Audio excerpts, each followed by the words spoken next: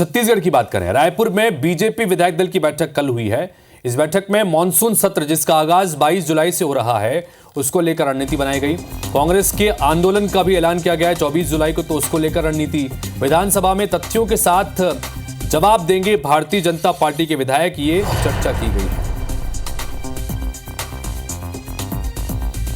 तो दूसरी तरफ कांग्रेस पार्टी के विधायक दल की बैठक कल होगी।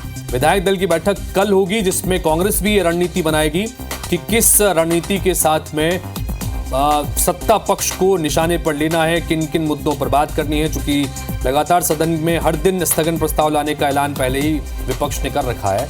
राजेश राज हमारे सहयोगी रायपुर से जुड़ के उनके पास चलते हैं। राजेश, जानना चाहेंगे आपसे कि कल कांग्रेस पार्टी के विधायक दल की बैठक है जिसमें रणनीति वो बनाएंगे कि क्या रणनीति रहने वाली है, इस बार किस तरह से सत्ता पक्ष को घेरना है, किन किन मुद्दों को लेकर स्थगन प्रस्ताव लाया जाएगा। तो वहीं कल बीजेपी विधायक दल की बैठक हुई जिसमें रणनीति बनाई गई। अपडेट दीजिए राजेश।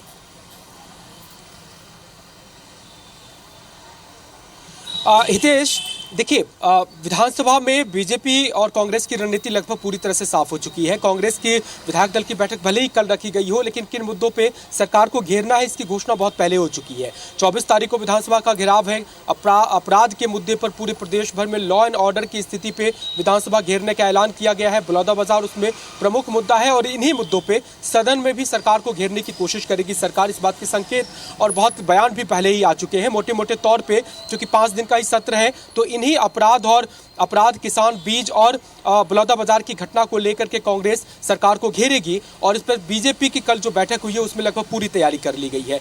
बलौदाबाजार के मुद्दे पर सरकार ने स्टैंड तय कर लिया है। ये घटना कांग्रेस और अन्य विपक्षी दलों की सुनियोजित साजिश थी। प्रदेश में शांति को क्षति पहुंचाने के लिए, उपद्रव को फैलाने के लिए साजिशन किया गया। इस लाइन पर पूरे विधायक दलों को ब्रीफ कर दिया गया है लिखित में और पूरे फैक्ट के साथ इस बात का जवाब दिया जाएगा, जिसमें कई सारे फैक्ट्स आपको मीडिया रिपोर्ट्स में पहले ही पता चल गए होंगे, क्योंकि बलौदाबाजार में अब तक जितने लोग गिरफ्तार हुए हैं, कई उसमें कांग्रेस के जो दूसरे संगठन है उसके पदाधिकारी भी हैं, कई जिला अध्यक्ष हैं NUSCI और युवा कांग्रेस के, ऐसे भी लोग रहे हैं। तो उन मुद्दों को रख करके डिफेंड करने की कोशिश करेगी बीजेपी सरकार और कांग्रेस को घेरने की कोशिश करेगी। अपराध के मुद्दे पर भी यही स्टैंड है। कांग्रेस के कार्यकाल में 5 सालों में जो अपराध का ग्राफ था, आंकड़े थे, NCRB के आंकड़े थे और बड़ी बड़ी जो घटनाएं थी उनको सामने में रख करके डिफेंड करने की कोशिश की जाएगी और ये कहा जाएगा कि कांग्रेस की बनस्पत बीजेपी की सरकार फिर भी ठीक है, यहाँ अपराध कम हुए हैं। मोटे मोटे तौर पर यह रणनीति है विधानसभा में कांग्रेस के हमले से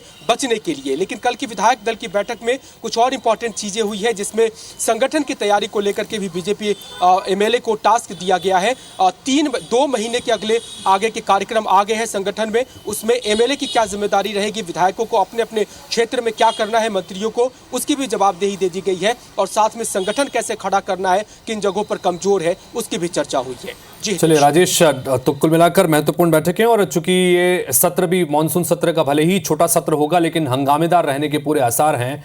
विपक्ष की भी अपनी तैयारी है, तो बीजेपी की तरफ से भी काउंटर करने की तैयारी सत्ता पक्ष ने भी की है। बहुत शुक्रिया तमाम जानकारी के लिए।